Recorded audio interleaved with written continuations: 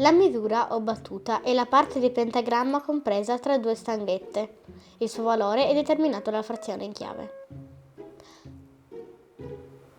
Non ho capito. Infatti, certi concetti sono molto più facili da mostrare che non da spiegare. Questa è una misura, ovviamente in due tempi.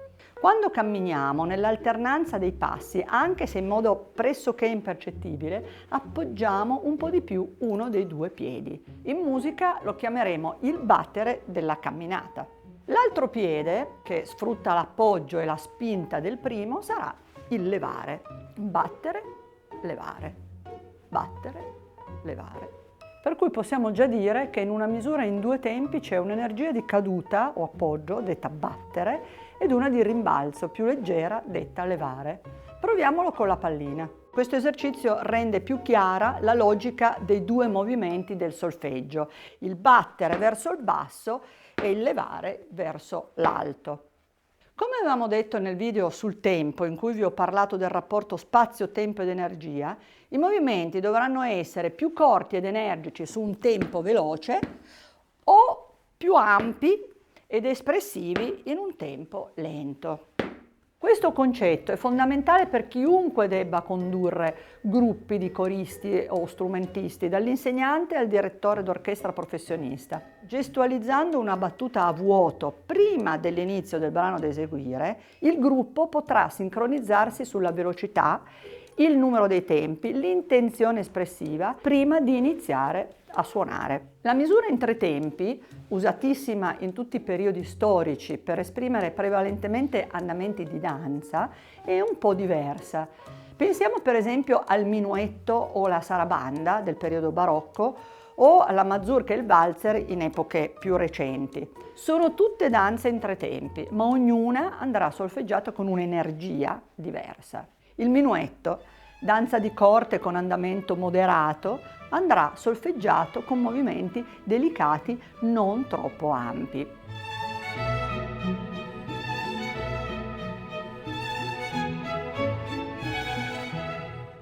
La sarabanda, che richiede un'andatura più lenta, sempre elegante ma più sobria, la esprimeremo con movimenti più ampi ed espressivi.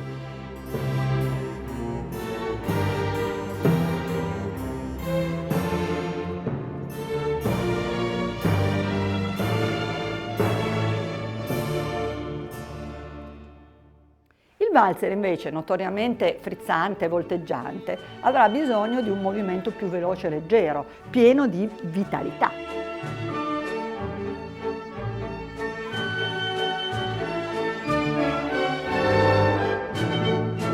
Per quanto riguarda i quattro tempi, va detto innanzitutto che sono usati per esprimere fraseggi più lunghi e atmosfere più intense. Le marce funebri tradizionalmente sono in quattro quarti, il tango, danza passionale e intensa, oppure il blues, che nasce come canto tormentato, sono tutti in quattro tempi. Anziché esaurire l'energia in uno o due movimenti in levare, la misura in quattro tempi ne ha tre, conferendo a ciò che si suona sia una maggiore intensità sia uno sviluppo più esteso del fraseggio. E quindi è evidente come la misura in quattro movimenti, pur essendo matematicamente il doppio del due quarti, dal punto di vista espressivo non gli somiglia affatto. I movimenti di tempi semplici sono bipartiti in quanto si scompongono con valori pari, mentre i movimenti di tempi composti sono tripartiti o scomponibili in tre parti.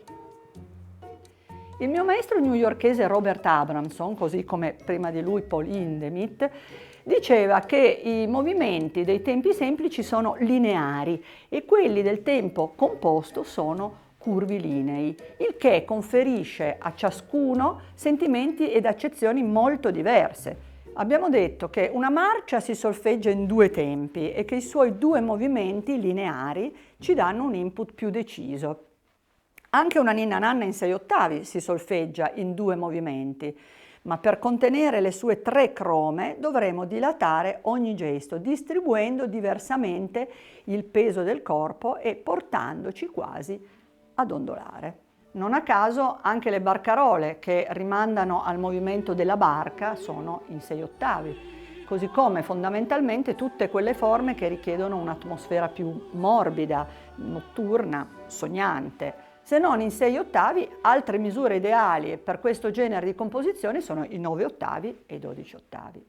Per rendere il concetto più facile da comprendere, di solito lo schematizzo in questo modo. Dividendoli in 2 colonne abbiamo subito una panoramica della corrispondenza tra tempi semplici e tempi composti, che verranno solfeggiati con lo stesso numero di movimenti ma con un'espressività diversa.